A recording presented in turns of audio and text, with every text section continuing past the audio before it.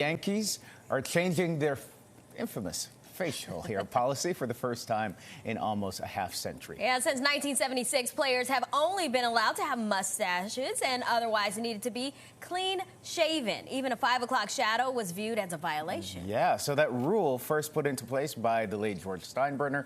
But today, look at it. It is a new day. This is sure to be the ticket for the series World Championship win. It has his son Hal announcing that going forward, players will be allowed to have well-groomed beards. Steinbrenner speaking earlier today, calling now the appropriate time to make a change.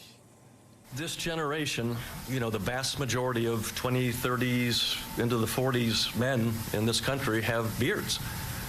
You know, our new vice president has a beard. Members of Congress have a beard. The list goes on and on and on.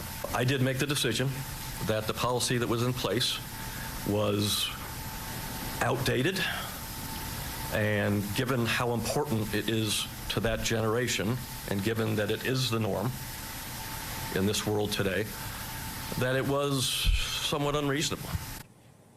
So, of course, we had to bring in our very own bearded gentleman, Nelson Figueroa, to weigh in on this. Nelson, do you think maybe some players strayed away from the Yankees because of this rule? You know, it would seem like that would be like the place not to go if you're a guy who likes your facial hair and likes to grow it. But here's the thing. The Yankees were the highest bidder usually when it came to free agency. So they wanted players to say, hey, you know what? For that amount of money, I'll cut my hair, I'll cut my beard, and I will conform to what the Yankee norm is. 50 years, nearly 50 years later, now they're starting to realize that it's an antiquated thing that they wanted them to do. The last team that did it in the National League was the Cincinnati Reds, and now you see that they're trying to get with the times. A lot of other things that the Yankees have been doing, they're putting names on the back of the jerseys that are being sold in their store, which has never been done before. You always played for the name in the front. Yeah.